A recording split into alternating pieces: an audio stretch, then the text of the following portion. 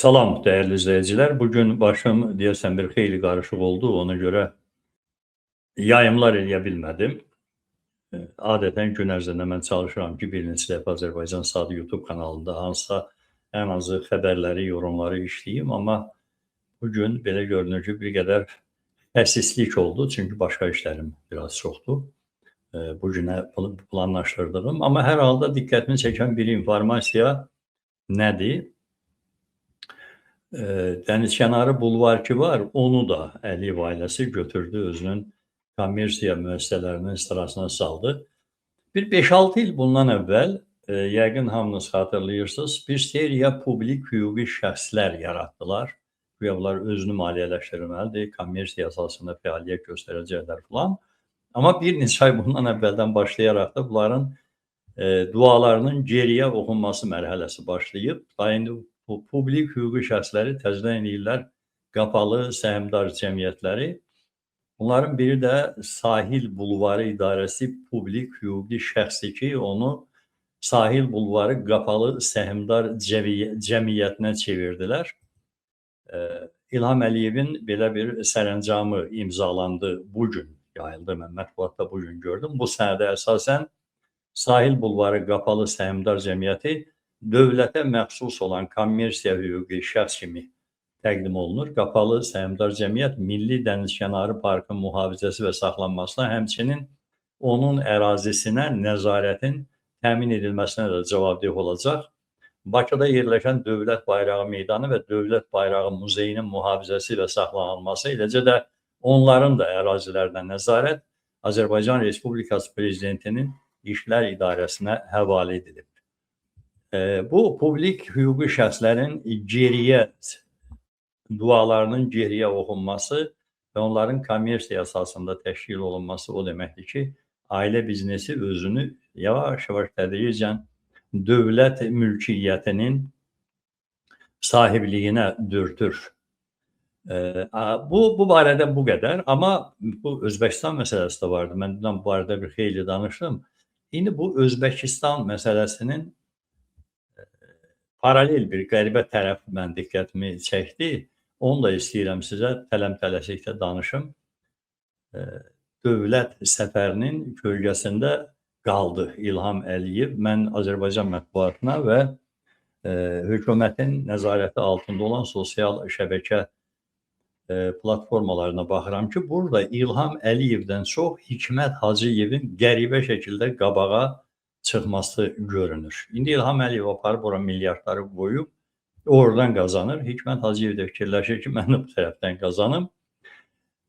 İlham Əliyev ailəsi ilə birlikdə Özbəkistana dövlət səfərinə getmişdi, bilirsiniz əlbəttə.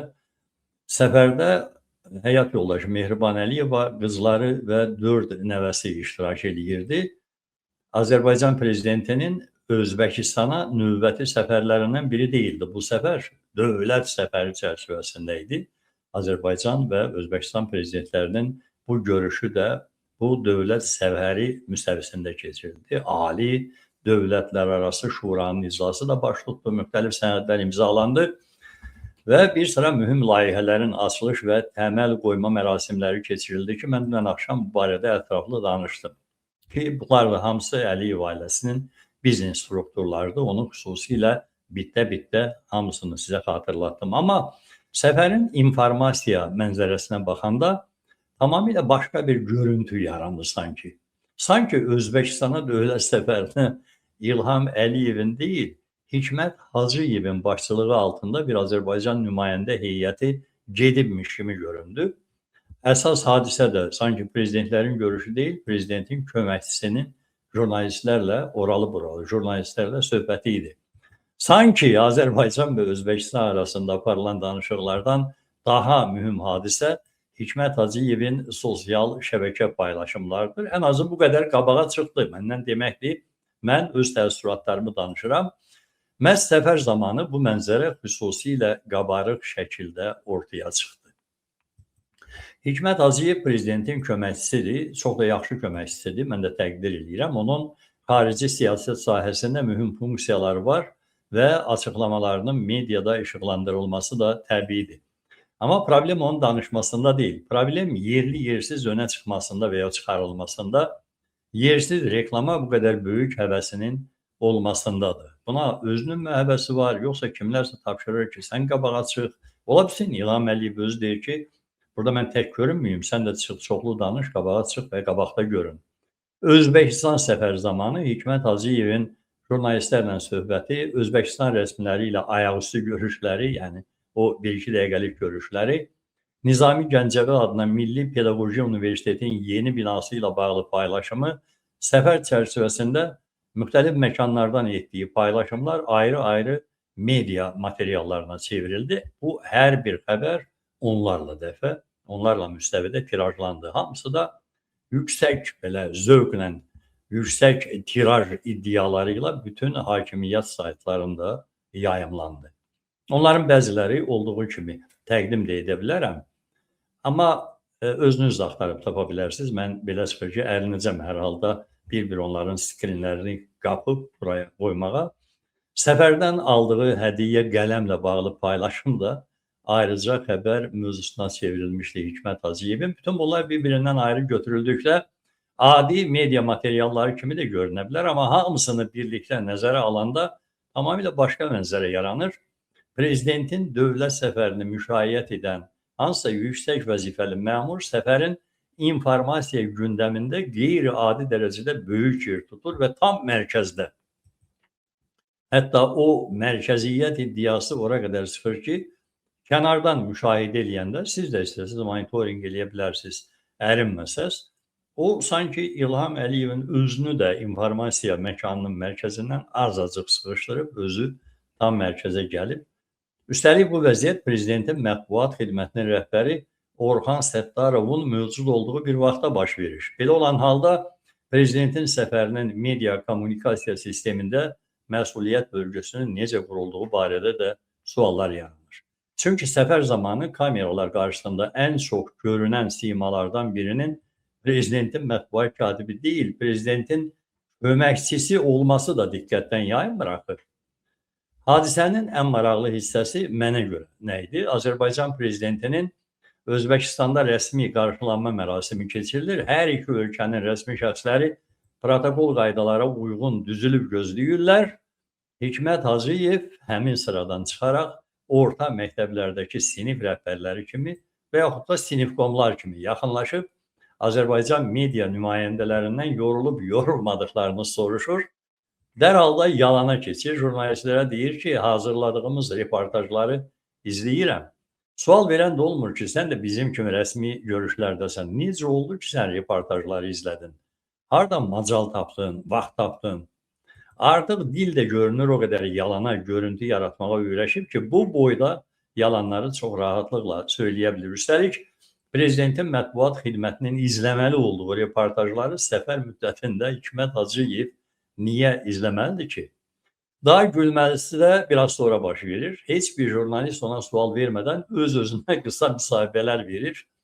Tamamilə yersiz bir görüntü yaranır. Həmin gün bütün hakimiyyət yönlü saytlarda, Facebook və Instagram səhifələrində pullu reklamlara da qoyurlar. Həmin videonu müxtəlif başlıqlarla yayırlar. Bir sözlə İlham Əliyevin Özbəkistanda nə etdiyindən, nə elədiyindən daha çox Hikmət Hacıyevin paylaşımları qarşımıza çıxır. Şəxsən mən belə müşahidə edirəm. Prezidentin səfəri haqqında xəbərlərin içərisində Hikmət Hacıyevin görüntülərinin bu qədər intensiv şəkildə dövriyyəyə buraxılması mənə görə də təsadüfi deyil. Əgər bir məmurun müxtəlif çıxışları, paylaşımı və jurnalistlərlə söhbəti ardıcıl şəkildə ayrıca xəbərə çevrilirsə, həmin məmur artıq sadəcə tədbirin iştirakçısı kimi yox, informasiya gündəminin ayrıca subyekti kimi təqdim olunur. Və istər-istəməz də bir sual çıxır ki, İlham Əliyevin və Mehriban Əliyevanın səfəri niyə Hikmətin kölgəsində qalır? Ən böyük problem də bu ola bilər. İlham Əliyev Özbəkistanda dövlət səfərindədir. Ali Dövlətlər Arası Şuranın iclası keçirilir. İki ölkənin münasibətlərinin gələcək istiqamətləri müzakirə olunur. Birinci vitse-prezident Mehriban Əliyeva səfərdə iştirak edir, proqram üzrə tədbirlər keçirilir. Bütün bunların fonunda Azərbaycan mediasının bir hissəsində gündəlik xəbər axınının əhəmiyyətli hissəsini Hikmət Hacıyevin ayrı-ayrı görüntüləri və sosial media paylaşımları tutur. Bu, informasiya siyasəti baxımından da ciddi problemli bir situasiya sayıla bilər. Çünki dövlət səfərinin media gündəliyi əvvəlcə kim olur olsun dövlət başçısının fəaliyyəti ətrafında formalaşdırılır və formalaşdırılmalıdır. Məmurların fəaliyyəti isə həmin əsas gündəmi sadəcə olaraq tamamlaya bilər, ştrixlər şəklində. Burada isə müəyyən məqamlarda əksinə görüntü yaranır. Məmur görünür, məmur danışır, məmurun paylaşımı xəbər olur, məmurun videosu ayrıca yayılır. Nəticədə əsas hadisə, yəni İlham Əliyevin personası və o personanın ətrafında cərəyan edən proseslər keçir biraz arxa plana. Açığı, məni Hikmət Hacıyevin çox və ya az görünməsi maraqlandırmır, heç narahat eləmir. Burada biraz fərqli məsələ var. Həmin fərqli məqam da bundan ibarət ki, dövlət kommunikasiyası institusionaldır ya deyil. Əgər dövlətin kommunikasiya sistemi bir şəxsin siması üzərində təcəllə edərək həddindən artıq cəmləşirsə, bu həmin şəxsdən daha çox sistemin özünü xarakterizə edir. Hikmət Hacıyevin videolarını mən çəkməmişəm, biz çəkməmişik, özü çəkdirib. Bir daha da onlara diqqətlə baxın və nəticəni özünüz çıxarın. Mən ümumiyyətlə bu İlham Əliyevin Özbəkistan səfərindən tamamilə başqa nəsnələri çıxartdım. O barədə dünən sizə danışdım. Amma bir də orada bir fərqli aspekt var. Onu da bu hikmət söhbətinin ardınca demək istəyirəm. Özbəkistana orada imzalanan sənədlər, anlaşmalar əsasında Azərbaycan tərəfdən 10 milyard dollara qədər investisiyanın axacağı qənaəti yaranır. Belə də hər halda təqdim olunan faktların, rəsmi faktların ətrafında düşünəndə belə o mənzərə yaranır. 10 milyard və daha artıqlıq bir sərmayə. Bunların əlbəttə hamısı da Əliyev ailəsindir, amma dövlətin gəlirləri nə qədər qırpılıb, söhbət Özbəkistandan getmir. Ümumiyyətlə, baxın, mən sizə bəzi rəqəmləri xatırladım. 2025-ci ilin eyni dövrü ilə müqayisədə 2026-cı ildə Azərbaycanda tikinti sektorunda təxminən 716 milyon manatlıq geriləmə var. İxrac gəlirlərində təxminən 447 milyon manat azalma var. Xarici turizmdən gələn gəlirlərdə təxminən 108 milyon manat azalma var. Təkcə 3 göstəricini mən sizə saydım və bu 3 göstərici üzrə ümumi fərq aşağı yuxarı 1 milyard 270 milyon manatdır. Burada dövlətin gəlirlərində azalma var, amma Əliyev ailəsi də 10 milyardı və daha artığı Özbəkistana sərmayə olaraq yatıracağı ilə bağlı sazişlər imzalayır Özbəkistanla. Belədir, məsələ, dəyərli izləyicilər. Dünən dediyimin üstünə bir daha qayıtsam, onu deyə bilərəm ki, Əliyev sadəcə olaraq indi Özbəkistana uğurluq ailə pullarının yerləşdirilməsi üçün çox optimal, uyğun, əlverişli bir coğrafiya kimi baxır.